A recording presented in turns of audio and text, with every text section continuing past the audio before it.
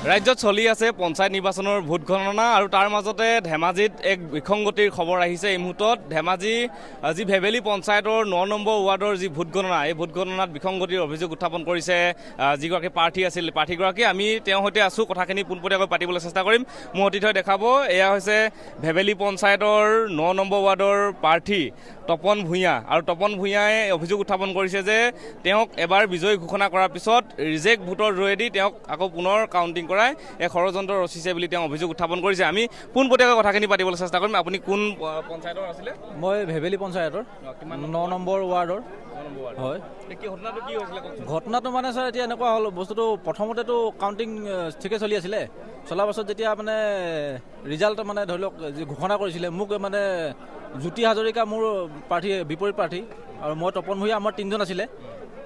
জ্যোতি হাজৰিকাই পালে 222টা, মই পালোঁ 223টা, আৰু দীপক নেওগ আছিলে, দীপক নেওগে 213টা। এইটো ডিক্লেয়াৰ কৰি দিলে। ডিক্লেয়াৰ কৰাৰ পিছত মোক ক'লে এইটো আপুনি বাহিৰলৈ যাব পাৰে বুলি ক'লে, জিকিলে বুলি মানে এনেকৈ ক'লে, আৰু ঘোষণা কৰি পেলাই মোক বাহিৰলৈ যাব পাৰে বুলি কৈ দিলে। মই বাহিৰলৈ গুচি আহিলোঁ। তাৰপৰা গুচি অহাৰ পাছত আকৌ মোক ফোন কৰিছে মানে ভিতৰৰ পৰা, বোলে এনেকুৱা এইটো আধা ঘণ্টামানৰ পাছত ফোন কৰিছে, এনেকুৱা মানে জ্যোতি হাজৰিকাই বোলে কিবা কমপ্লেইন কৰিছে, তেওঁ ৰিজেক্ট ভোটৰ পৰা তেওঁ এটা ভোট পাইছে, গতিকে এইটো আপোনালোকৰ চিটপট মাৰিব লাগিব, গতিকে আপুনি ভিতৰলৈ আহক। মোৰ লগত কল ৰেকৰ্ডিং থাকিব পাৰে এইটো। তাৰপিছতে মইতো কেনেকৈ যাম, ইমান মানুহৰ ভিৰ দেখি আছে আপোনালোকে। তাৰপিছতে কোনোবা আৰু কোনোবা এজন অফিচাৰ মানে লেডিছে ফোন কৰিলে, বোলে এনেকৈ গেটৰ ওচৰলৈ আহক, গেটৰ ওচৰলৈ আহিলে আমি কথা পাতি দিম পুলিচৰ লগত। তাৰপৰা তেনেকৈ মই গৈ পেলাই এই ভিৰৰ সেইখন যিফালে যায় সেইফালে গ'লোঁ, তাৰপৰা কথা পাতি দিলে, ভিতৰত গ'লোঁ। ভিতৰত যোৱাৰ পাছত মানে এটা ভোটটো তেওঁলোকে আগতে উলিয়াই থৈ দিছে, আমি যোৱাৰ আগতে ৰিজেক্টৰ পৰা। তাৰ পাছত আমি যোৱাৰ পাছত এইটো কোন অবজাৰ্ভাৰ নে কোনোবা আহিলে, তেওঁলোকে মাতিলে সম্ভৱ চাগে, নে কি কৰিলে নাজানো বিশেষ। তাৰপাছতে আহি পেলাই চালে আৰু এটা ভোট মানে তেওঁলোকক আৰু এটা ৰিজেক্টৰ পৰা আৰু এটা দি দিলে। মানে বস্তুটো প্ৰথমতে যিটো মানে ধৰি লওক ফিংগাৰ মানে যিখিনি মাৰিছিলে সেইখিনিতো পূৰা ৰিজেক্ট কৰি দিছে, আৰু সেই যিটো ভোট পিছত দিয়া হ'ল তাত ফিংগাৰো দিয়া আছে, আৰু মানে এইটোও দিয়া আছে, সেই যিটো মানে ষ্টাম্পো মাৰা আছে, ফিংগাৰো দিয়া আছে, সেইটো তেওঁলোকে মানে তাত প্লাছ কৰি দিলে। আৰু আগত যিটো ভোট দিছিলে সেইটো অকণমান জাষ্ট মানে ধৰিবই নোৱাৰে। প্ৰথমতেতো আমি ধৰি লওক আমি যিখিনি তাত আছিলোঁ মানুহ ন, আমি 15জনমান পাছফালে আছোঁ, আগ চাইডে 4জনমান আমাৰ যিখিনিয়ে মানে ভোট গণনা কৰি আছিলে, গোটেইখিনি মানুহ আমাক পূৰা সম্পূৰ্ণকৈ দেখুওৱা হৈছে, একদম ধুনীয়াকৈ দেখুৱাইছে ৰিজেক্ট হৈছে নে হোৱা নাই।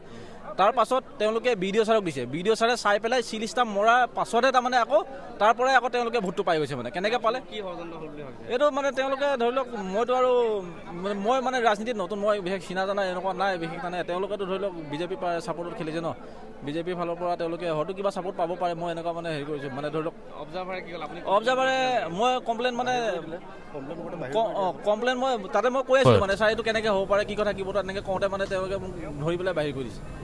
বাহিৰ কৰি দিছে। তাৰপৰা মই DC ছাৰক দৰ্খাস্ত এখন দিলোঁ। তাৰপৰা DC ছাৰৰ লগত কথা পাতিলোঁ, ছাৰ দৰ্খাস্তটো মই দিছিলোঁ এনেকৈ ক'লোঁ। ছাৰে কৈছে এইটোতো এতিয়া অবজাৰ্ভাৰ ছাৰে মানে কি এইটো কৈ দিলে বোলে, এইটোতো এতিয়া আমাৰ হাতত নাই বুলি ক'লে। আৰু তাৰপিছত আৰু কি কৰিলে এতিয়া, ৰিজেক্ট ভোটটো মানে 2টা ভোট কাউণ্ট কৰিছে, ৰিজেক্টৰ পৰা 2টা কাউণ্ট কৰিছে, এটাও নহয়। 2টা কাউণ্ট কৰি দিছে। 222টা আমাৰ প্ৰথমত আছিলে, তাৰপৰা মই পোষ্টেল ভোট এটা পাই পেলাই মোৰ 223টা হ'ল। 223টা হোৱাৰ পাছত তেওঁলোকে ৰিজেক্ট ভোট এটা লৈ পেলাই মোক বাহিৰৰ পৰা ফোন কৰি মাতিলে যে আপুনি আহক, হেৰি কৰিব লাগিব, এইটো কি চিটপট কৰিব লাগিব, টছ কৰিব লাগিব। টছ কৰিবলৈ যোৱাৰ পাছত আকৌ এটা ভোট ৰিজেক্টৰ পৰা উলিয়াই পেলাই তেওঁলোকক 224টা কৰি পেলালে। এতিয়া মানে তেওঁলোকক জয় কৰি দিলে, মোক মানে পৰাজয় কৰি দিলে। প্ৰথমতে মোক ঘোষণা কৰি দিলে হৈ যোৱা বুলি, পাছত আকৌ মানে মোক পৰাজয় কৰি পেলালে। এতিয়া আপুনি কি আহ্বান জনাব? এতিয়া মই এইটোৱে নিৰ্বাচনী আয়োগক এতিয়া জনাওঁ যে বস্তুটো মানে কি নিকা হ'ব লাগে, বস্তুবিলাক এইটো যেনেকৈ ধৰণে চোৱা চিতা কৰা হৈছে ভালকৈ চাব লাগে। মানে এবাৰ ৰিজেক্ট হৈ যোৱাৰ পাছত আমি কমচে কম আমি 15জন মানুহ বাহিৰত আছোঁ, ভিতৰত 4জন মানুহে চাইছে। তাৰ পাছত BDO ছাৰে চাই পেলাই চিল ষ্টাম্প মাৰি দিছে ৰিজেক্ট বুলি। তাৰ পাছত কেনেকৈ আকৌ মানে ভোট মানে গণনা হ'ব পাৰে, এইটো বিবেচনা কৰিব লাগে ন। বস্তুটো ভালকৈ হ'ব লাগে, বস্তুটো শুদ্ধ হ'ব লাগে মানে বস্তুটো। আমি সমৰ্থকসকল আছে, আপুনি কি ক'ব বিচাৰিব আপোনালোকৰ প্ৰাৰ্থীজনক? আমাৰ প্ৰাৰ্থীজন 222টা ভোট প্ৰথমতে 3বাৰ কাউণ্টিঙত 222টা পাইছে। পোৱাৰ পাছত পোষ্টেল ভোট 3টা আছিলে। পোষ্টেল ভোট 3টাৰ ভিতৰত দীপক নেওগে পালে 2টা আৰু তপন ভূঞাই পালে 1টা।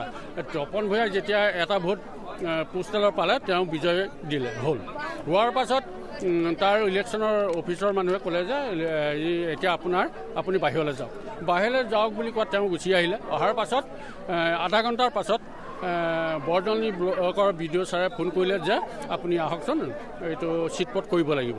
তাহলে কেনেকৈ চিটপট হ'ব? তেতিয়া চিটপট বোলে চিটপট হ'ল, তেওঁলোকে অবজেকশ্যন কৰিছে। কেঞ্চেল হোৱা ৰিজেক্ট হোৱা ভোটকেইটা যদি আনি গন্তি লয় তেতিয়াহ'লে এইটো কেনেকৈ নিকা ইলেকশ্যন হ'ল? এইটো হ'ল মানে এটা পৰিকল্পনা।